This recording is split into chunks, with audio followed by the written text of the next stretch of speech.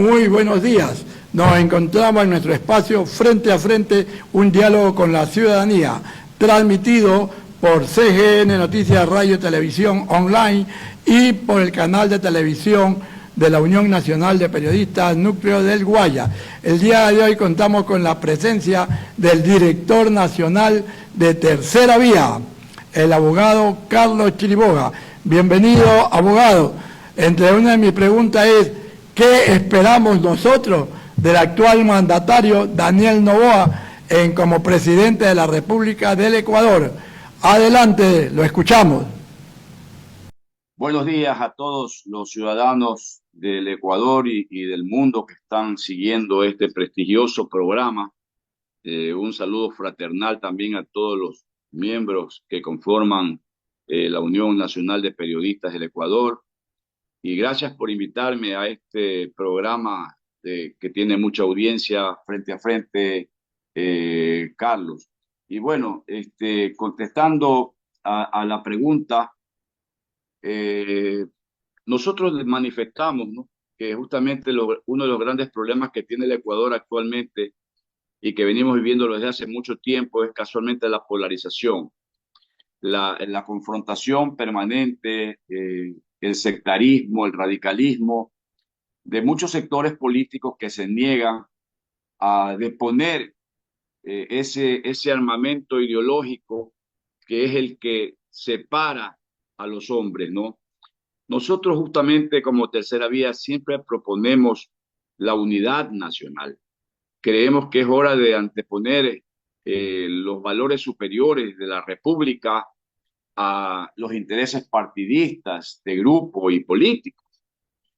Entonces, lamentablemente, en estas elecciones vimos que la polarización se mantuvo y por lo visto se va a seguir manteniendo mucho tiempo. En el centro también habemos millones de ecuatorianos ya liberados de estar alineados en uno u otro sector. Creemos justamente que el país necesita de una transformación, de un cambio estructural. O sea, la política es dinámica, Carlos, pero la gente no entiende lo que es dinámica. La gente entiende que la política es dinámica porque tiene que moverse, hacer comités centrales, viajar al territorio. No, esa es parte de la dinámica de la política. La política es dinámica porque justamente tienen que renovarse permanentemente los conceptos, tienen que renovarse permanentemente los análisis, las propuestas y los discursos. Eso es lo que tiene que la gente entender y desgraciadamente no lo entiende. Por esa misma razón es que vemos nosotros que hoy en el tercer milenio seguimos levantando banderas que verdaderamente ya hasta el siglo pasado fueron importantes desde el punto de vista ideológico. Nosotros respetamos, como el que más, la manera de pensar de cada persona, de cada grupo. Pero entonces esto lo digo como un análisis previo para saber dónde estamos en este momento y qué es lo que proyecta esta situación coyuntural al país. El tema pasa porque, ¿qué espera el Ecuador de Daniel Noboa?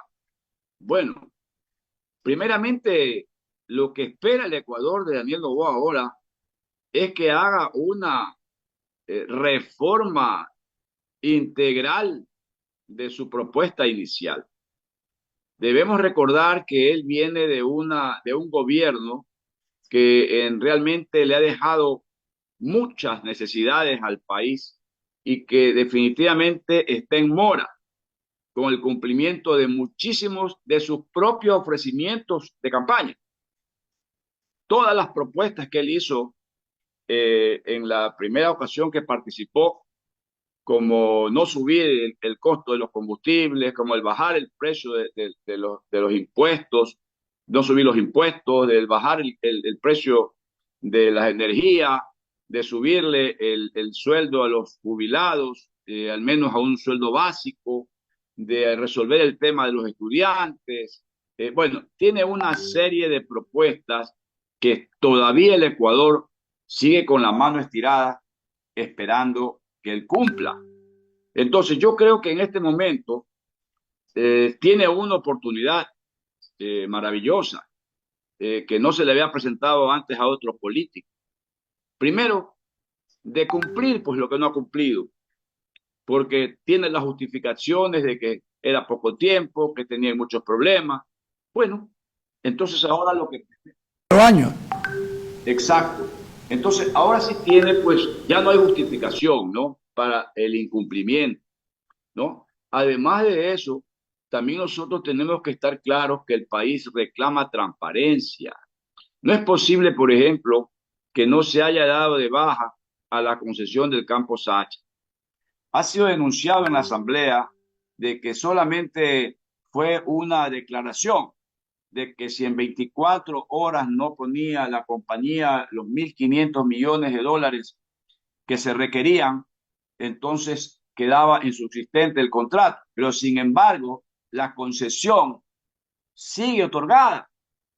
No Carlos, disculpa que te interrumpa. La concesión todavía está y eso da chance que el señor Noboa a cualquier momento diga, como ya estoy como nuevo presidente del Ecuador, voy a meterle la mano al campo Sacha. Y ahí vienen los problemas. Como al seguro, él ha dicho que él quiere privatizar el seguro y bajar las pensiones a los jubilados y se va a armar en un problema serio. Los jubilados no van a esperar del señor Noboa un cambio de este país, ni los estudiantes tampoco. Es que justamente siendo optimistas, porque todavía no comienza siquiera su siguiente periodo, su mandato, pero obviamente, ¿qué es lo que espera el Ecuador? Espera el Ecuador que primeramente haga lo que no ha hecho. Correcto. Primeramente, que le devuelva la seguridad a los ciudadanos. Los ciudadanos están requiriendo, están clamando, o sea, ha tenido podríamos decirle que le abren una nueva posibilidad de fe, pero esta posibilidad de fe no es un cheque en blanco. Yo creo que, si bien es cierto, hemos visto una campaña en la cual la mayoría de los grupos importantes del país, la prensa nacional, los grupos organizados, empresariales, se adhirieron al gobierno. Yo creo que las consecuencias de una mala administración, ni aún con todo el respaldo que ahora tiene, lo va a poder sostener, va a poder mantener la popularidad que él ahora tiene. Entonces, primero, es importante que se comprenda que el presidente tiene que ya ponerse a trabajar para devolverle la seguridad ciudadana a todo el mundo. Porque una cosa es andar en la calle con 200 soldados armados, con fusiles, ametrallas, pero otra cosa es los ciudadanos de a pie, los que caminamos solos, los que vemos en los barrios, cada vez que vamos pasando por un lugar, vemos miles de ciudadanos caminando en toda la República, y esa gente camina con sus hijitos, con sus esposas, con sus compras, solo, rogando a Dios todos los días de que les permita llegar sanos y salvos a sus hogares. Eso no puede ser, no podemos seguir viviendo en un mundo de miedo. O sea, el Ecuador necesita que el presidente se preocupe de darle atención a los hospitales. No puede ser que los ciudadanos en este país sean tratados de una manera completamente antihumana. Vea usted, por ejemplo, en un hospital del Seguro Social, Santa Elena, para ponerle un ejemplo de lo que pasa en el país, tiene un hospital del Seguro Social en un lugar lejísimo que se llama Ancón. Cuando usted llega ahí y encuentra una enfermera, donde encuentra que las paredes son con tela, donde no hay remedios, donde la gente prácticamente, ahí no se hacen operaciones de ninguna clase. Y ese es el hospital, y ese es el hospital de la provincia. Y ahí mismo decimos, ¿dónde están los asambleístas de Santa Elena? ¿Dónde está el prefecto, los alcaldes? Pero eso no es el tema. El tema es que la preocupación tiene que ser del gobierno central. ¿Cómo es posible que en el hospital Liborio Panchana, por ejemplo, usted se va a curar el día sábado, el día domingo, de un problema de salud y le dicen, aquí no se trabaja el sábado y el domingo, las curaciones son a los días lunes, a viernes? Y luego le dicen a usted, vaya a pedir un turno. Y hay 500 personas y le dan 15, 16 turnos. El resto ya se acabó, señor. Venga mañana. Tiene que madrugar a las 4 o 5 de la mañana para ver si es que le dan un turno para que lo curen. O sea, con la cabeza rota tiene que seguir poniéndose la mano para ver si hasta el día siguiente pueden atenderlo. ¿Dónde está la atención médica? O sea, el problema aquí no solamente pasa por el presidente, pero él tiene que liderar una transformación. Tiene que poner gente en los hospitales que tengan capacidad de resoluciones, que tengan gente que sea capaz de atender a los ciudadanos. No puede Carlos, ser, ese le puedo poner un ejemplo, pero eso escúchame, está pasando, el ministro de Salud es un en abogado. todo el país, en Guayaquil, en todos lados.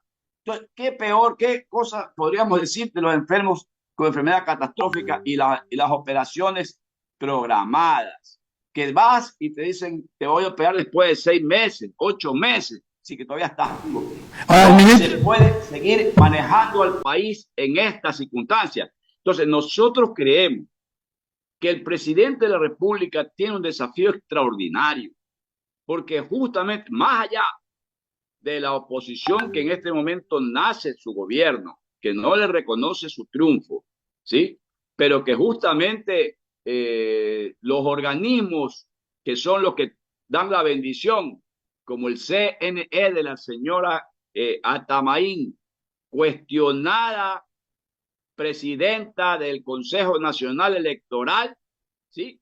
Y su subcentral, el contencioso electoral, que simple y llanamente ya dijeron que la revisión no aplica y que el resultado es irreversible.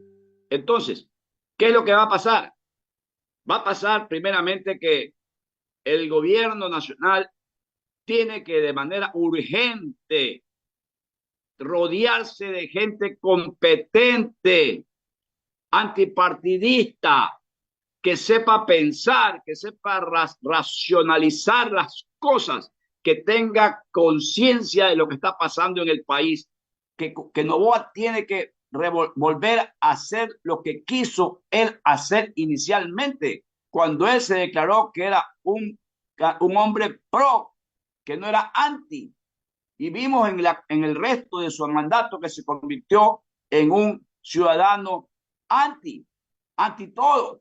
Entonces, él tiene que recoger todos los errores, todo el camino caminado que ha sido verdaderamente fallido para volver por los principios que él planteó al país, para efectos de hacer que primeramente en el Ecuador exista unidad, llamar a una concertación nacional, pero no de boca, sino de hechos, donde se siente ya no solo con Leonidas Issa, ¿ya? Y tampoco se siente por ahí con algún otro político, sino que se siente primero con la señora Luisa González, que es la líder en este momento, presidenta nacional de la RC. Eso es unidad nacional, que tiene que el hombre demostrarle al país que tiene capacidad de liderazgo, que tiene efectivamente que liberar la justicia, que la justicia trabaje independientemente.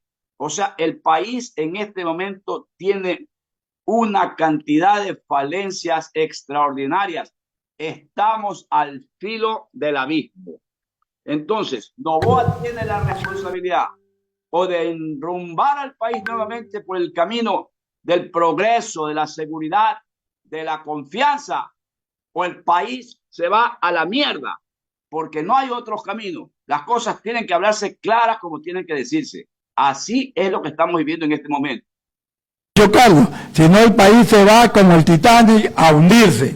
¿Qué es lo que pasa? Que él tiene un compromiso muy serio, y todos lo sabemos los ecuatorianos, con el Fondo Monetario Internacional, que no lo va a dejar trabajar, porque él tiene ese compromiso desde la vez pasada. Entonces tiene que cumplir con el Fondo Monetario Internacional y ver de dónde saca la plata para pagarle los préstamos que le sigue haciendo el Fondo Monetario Internacional. Y lo que decían antes es que, por ejemplo, el ministro de Salud es un abogado, pues, no es un médico, pues, y tiene que ser un médico que sepa cómo se manejan los hospitales, cómo se maneja cada uno de estos sitios, tanto del Seguro Social como del Gobierno Nacional, pues. Entonces, él tiene que cumplir todas sus promesas. Yo escuchaba a alguien de la Politécnica que sabe sobre electricidad, que me decía que ya en octubre, escúchame bien, en octubre ya no llueve. Y entonces las barcazas no han estado arregladas, están paradas. Y volveremos a los apagones. Se pronostica nuevos apagones, que Dios quiera que no se den. Pero por eso decía que la crisis que tiene el Ecuador en este momento requiere de un liderazgo verdaderamente fuerte y combativo, pero no fuerte para violar la Constitución cada vez que se le antoja al presidente. El liderazgo para hacer lo que nadie ha hecho en este país. Primero, o sea, necesita tener en su mesa chica gente que le diga lo que está bien y lo que está mal, pues. Pero no puede tener en su mesa chica un poco de focas, ¿ah? Aplaudiendo, igual le dicen que todo está bien. Primero, necesita rodearse de gente que le diga esto está bien y esto está mal. O sea, no puede ser posible que tenga un ministro de salud que es abogado. Eso es una cosa inaudita. Yo le diría, primera cosa, renuncia de ese ministro. Punto. Y poner a un médico calificado, honorable, decente, eficiente, conocedor de la problemática de la salud en el Ecuador para darle solución a los problemas. Segundo, la señora Manzano tiene que dejar ese cargo. Ella es ambientalista. ¿Cómo puede poner, es decir, en la peor crisis energética del país, un ambientalista cuando tiene que tener un hombre que conozca del manejo de las energías, que conozca cómo funcionan las centrales eléctricas, termoeléctricas, eólicas, cómo funciona, cómo hacer funcionar el país? O sea, aquí tiene que ponerse un ministro de gobierno que conozca de política, que conozca a los políticos, que llame una concertación y que no siga dividiendo al país. O sea, el gobierno, o sea, yo sé que estas palabras tal vez queden en un saco roto, ¿no? Porque aquí es casi tendríamos una esperanza en 1.000.000 de que el gobierno nos escuche. Pero si nos llegara a escuchar, si alguien de cerca le podría decir lo que nosotros pensamos, esto podría empezar a tener solución, porque el pueblo ecuatoriano entendería que se está empezando a enrumbar el país. No se puede consolidar un poder político sobre el odio, sobre el sectarismo, sobre la persecución, sino sobre justamente la unidad, el liderazgo, la eficiencia, la transparencia. Eso es lo que se necesita, porque el país carece de líderes políticos. Vimos en la última elección, vea usted una playa de candidatos socios absolutos del club del 1%. Eso revela que el país rechaza a estos individuos que no tienen ningún tipo de calidad intelectual, ni propuestas, ni nada, con algunas excepciones. Pero obviamente, ciudadanos del mundo, esto no puede seguir así. El Ecuador tiene que darle cabida a la gente pensante, a la gente que sabe, a la gente que tiene propuestas, a la gente que quiere hacer algo por su país, a la gente que tiene que jugarse el pellejo. Es hora que entendamos que no podemos seguir viviendo en este toma y daca, hacer el Ecuador un ring de lucha, todo vale, para efectos de destruir al uno y pelear contra el otro, cuando los ecuatorianos estamos en la feria de la miseria, de la necesidad, del desencanto, de la frustración. Es hora de que los políticos, estos que están ahora en la asamblea, que están dispuestos a levantar la mano por prebendas, que no se conviertan en traidores a la patria y que no se desconecten de sus electores como toda la vida lo hacen. Vaya usted a preguntarle a alguno de los distritos, al 1, 2, 3 o 4 del Guayas, si alguna vez se va a reunir con su asambleísta. Nunca. Ellos cuando llegan a la asamblea se olvidan de dónde vienen y se convierten en unos absolutos seguidores y algunos de manera rastrera del poder central. No son capaces de analizar lo que es bueno ni lo que es malo porque no lo distinguen. Por su ignorancia, muchos no son capaces de saber distinguir entre lo bueno y lo malo, lo justo y lo injusto. Para decirle al presidente o a quien sea, no, señor, esto es ilegal, esto no se puede. Entonces vivimos en un país donde las autoridades están desconectadas de la realidad nacional. No saben qué está pasando en el país, no lo entienden. Y si lo entienden, llegan allá al Olimpo, a la burocracia dorada, $5,000 mensuales de sueldo, chofer, carro, guardaespaldas, asesores. Obviamente ya vienen a cambiarse de casa, van a la sastrería, van a la zapatería a cambiarse nuevos zapatos, ya cambian de amistades. Ese es su mundo y su forma de entender la política.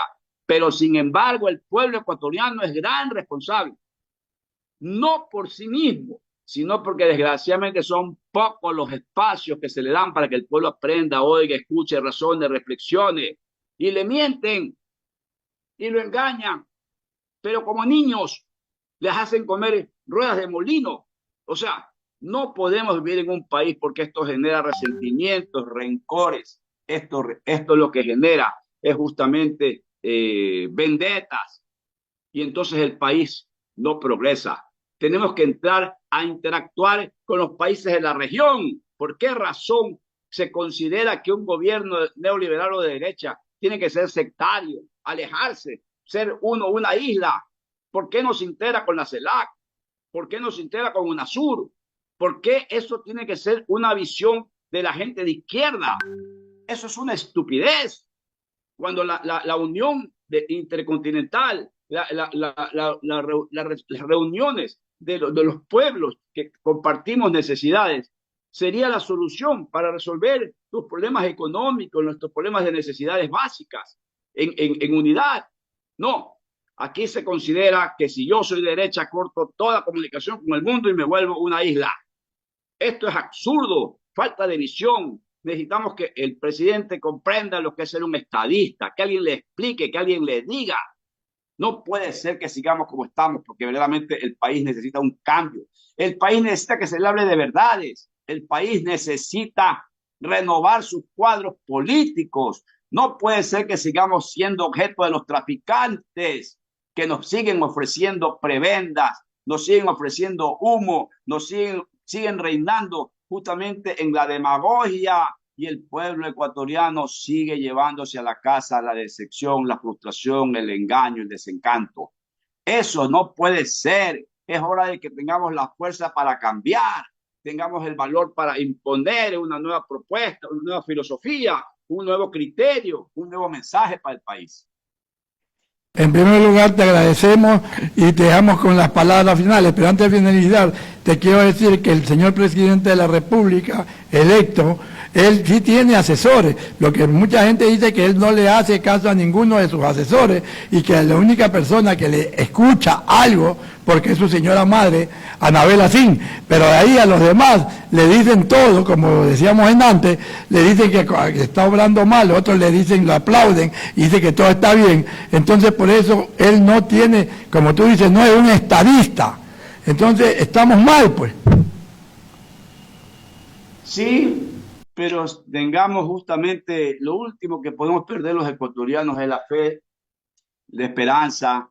Yo creo que el presidente tiene la oportunidad de enrumbar el país por el sendero de la paz o llevarlo al país a una confrontación de impredecibles consecuencias en el lapso de 6 a 12 meses, porque salvo que él esté dispuesto a la represión y pasar a la historia como un hombre que ha reprimido al país y que se llene de nuevas cruces, el río Guayas o muchos otros lugares, el presidente tiene la palabra. El presidente tiene la palabra, y la gente que está a su lado que algo dice, que le dice o que tal vez algo le escucha. Pero yo tuve la oportunidad de conversar con el padre. Yo estuve cerca del padre y el padre, a pesar de todo, el padre escuchaba. Yo hablé con el padre cuando el padre estaba en campaña alguna vez. Yo al padre le expliqué muchos temas y la verdad es que vi un cambio distinto. Incluso su señora madre es una mujer muy talentosa, es una mujer que tiene mucho conocimiento y es muy humanista. Desgraciadamente, una de las cosas que parece ser que ha hecho él y mal es cerrarle las puertas a los amigos de sus padres, cuando eso debió haber hecho primero, llamar a los de la experiencia, a los del conocimiento, para efectos de que le den una mano para salir exitosamente de este gobierno. Así que por ahora lo que nos queda es solamente tener fe, confianza y esperanza de que las cosas vuelvan a su lugar como tenían que estar, que se devuelva la institucionalidad, basta de corrupción y de sinvergüencería y de complicidad de esas instituciones que hoy vemos como rastreramente están persiguiendo al poder central. El presidente debe saber que eso es lo primero que lo desprestigia, porque uno de los derechos y deberes y obligaciones del presidente de la República es respetar la independencia de las funciones del Estado. Y cuando esos poderes se arrastran hacia él para recibir prebendas, no solamente que ellos sacan ventaja, sino que también lo desprestigian al propio presidente, involucrándolo en actos de corrupción de esas propias instituciones, las que se dicen leales a él. Es hora de que rompa este círculo vicioso y empiece un sendero justamente de cambios, de transformación, o que se atenga a las consecuencias de un nuevo fracaso que esta vez sería espantoso y que ahora sí nadie podría salvarlo ni liberarlo de los juicios de la historia. Así que está en sus manos volver a hacer lo que quiso ser y hacer lo que el país necesita que se haga, con fuerza, con valor, con decisión y con liderazgo que requiere la Policía Nacional, que requiere las Fuerzas Armadas. Eso se requiere. Así que esperamos ver cambios sustanciales, no coyunturales, cantos de humo, no. El país no aguanta más. Todos los ojos de 18 millones de ecuatorianos hoy están puestos en Carondelet. Así que esperamos transparencia y esperamos una lucha contra la corrupción. Definitivamente que el país ya no puede seguir siendo esquilmado, golpeado, esclavizado como está hasta ahora.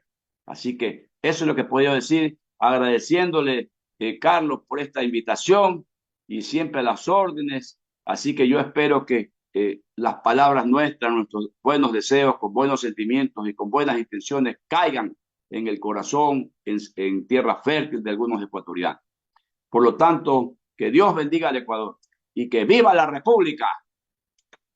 Gracias, Carlos, y hasta una nueva oportunidad. Fue la intervención del abogado Carlos Chiriboga, presidente nacional de Tercera Vía. Hasta una nueva oportunidad. Gracias.